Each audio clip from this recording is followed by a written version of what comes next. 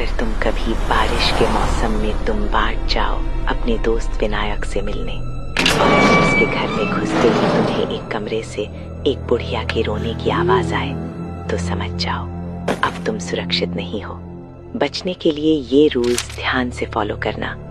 Rule 1, अगर तुम्हें एक कमरे में उसकी दादी दिखे जो जंजीरों से बंधी हुई है और वो तुम्हें अपनी तरफ बुलाए तो गलती से भी उसके पास मत जाना। अगर वो तुम पर हमला करने दौड़े तो जोर से चिल्लाओ, सो जा दादी, वरना हंसदार आ जाएगा। ये सुनते ही वो तुरंत सो जाएगी, लेकिन अगर तुमने ये नहीं बोला तो वो तुम्हें खा जाएगी। रूल 2, अगर विनायक तुम्हें बोले कि सरकार के वाड़े के नीचे देवी की कोख है जहाँ सोने के सिक्के हैं, तो उसके साथ जाने से पहले ये चीजें ले जाना: थोड़ा सा आटा, एक आटे की गुड़िया और रस्सी। बिना आटे की गुड़िया के कोख के अंदर गए तो हंसदार सीधे तुम पर टूट पड़ेगा और तुम्हें छू लेगा।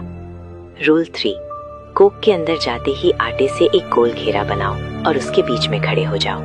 जब हंसदार आए तो आटे की गुड़िया उसके सामने फेंक दो।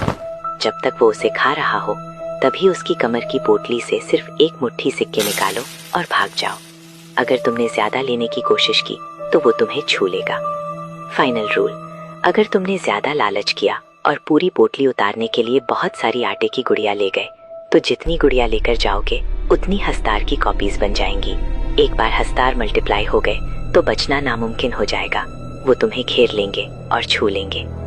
लेकिन अगर कोख से निकलते वक्त हंसदार ने तुम्हें छू लिया तो तुम्हारा शरीर धीरे धीरे बदलने लगेगा, तुम्हें हमेशा भूख लगेगी और तुम अमर हो जाओगे।